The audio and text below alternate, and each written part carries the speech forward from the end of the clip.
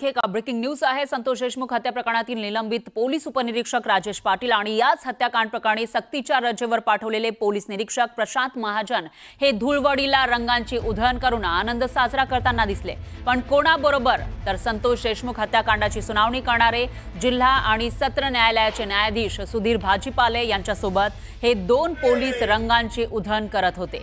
या प्रकरणातील आरोपींना ज्या पोलीस अधिकाऱ्यांनी मदत केली आणि वाचवला असा आरोप ज्यांच्यावर केला जातोय त्याच पोलिसांसोबत या प्रकरणाची सुनावणी घेणारे न्यायाधीश धुळवडीचा आनंद लुटताना दिसतायत। हे कितपत योग्य आहे असा सवाल सामाजिक कार्यकर्त्या अंजली दमानिया यांनी केलाय।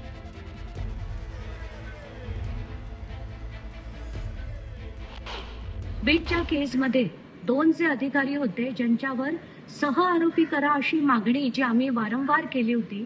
म्हणजे पहिले म्हणजे राजेश पाटील जे 29 नोव्हेंबरला जेव्हा खंडणीची मागणी झाली होती विष्णू चाटेंच्या ऑफिसमध्ये आणि टोळीबरोबर जे अधिकारी उपस्थित होते ते राजेश पाटील आणि प्रशांत महाजन जे अनेक वेळा आरोपींना पदोपदी मदत करत होते।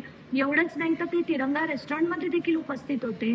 असे प्रशांत महाजन हे दोन्ही अधिकारी आज जज बरोबर होळी खेळताना दिसत आहेत असे मला काही मेसेजेस आणि एक व्हिडिओ देखील आला। ते बघून मला अतिशय म्हणजे काय बोलावं असा प्रश्न पडला, कारण अतिशय गंभीर आहे।